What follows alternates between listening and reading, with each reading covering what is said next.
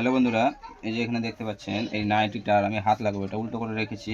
এই হাতটা আগে দেখে নিতে হবে, ঠিক আছে? এই যে এই সাইডে কিনারি আছে, এই সাইডটা এইভাবে হাতটাকে আগে আমি মেপে নেব ঠিক আসবে কিনা, ঠিক আছে? তারপরে হাতটা লাগানো শুরু করবে। এই যে দাঁত থেকে শুরু করে ঠিক আছে আমার হাতটাকে একটু হালকা সাইজ মতন করে নিতে হবে।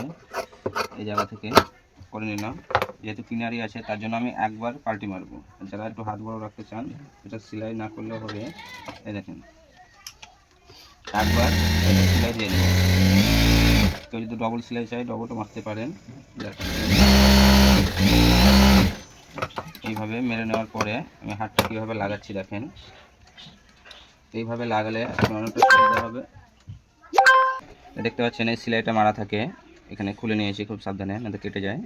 এবারে আমি সমানভাবে লাগানো শুরু করবো। যেহেতু বাড়তি থাকতো আগে থেকে, যেহেতু সাইড বেশি করে দাবতে হতো, এটা না খুললেও হতো, একটু পর থেকে লাগাতাম, যেহেতু কাটা পড়ে যেত।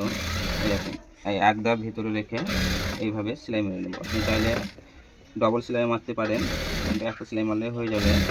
আপনি যদি চান কি ডবল সেলাই রাখবো, পাশাপাশি আর একটা ডবল সেলাই মেরে নিতে পারেন। এই দেখেন, এটা হয়ে গেল। আর একটা হাত কীভাবে লাগাচ্ছি দেখেন। প্রথমত সোজা দিকটা রাখছি, যেহেতু পাইপিং রেডি করাই আছে। এই দেখেন, এই একদম ভিতরে রেখে আপনাকে উল্টো সাইডটাও দেখাচ্ছি, এটা হয়ে যায়।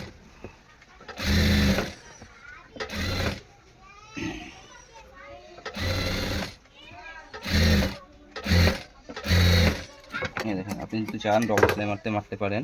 দেখুন কাপড়টা রেখে এবারে যেমন ফিটিং দরকার, সাইড থেকে ফিটিং শুরু করে হাতের যা মাপ থাকবে ফিটিং মাপ নিয়ে সাইডটা মেরে দেবো, তাহলে আমার নাইটের হাত লাগানো হয়ে যাবে।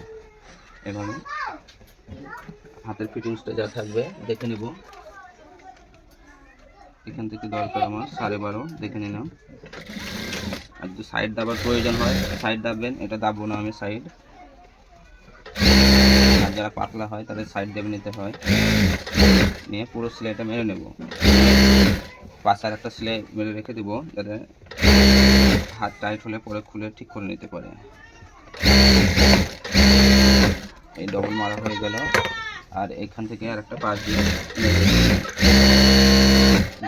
আমার নাইটে কমপ্লিট হয়ে গেল। ব্যাস, ভিডিওটা যদি ভালো লাগে অবশ্যই লাইক কমেন্ট শেয়ার করে দেবেন। ঠিক আছে, আবার আসছি পরের ভিডিওতে।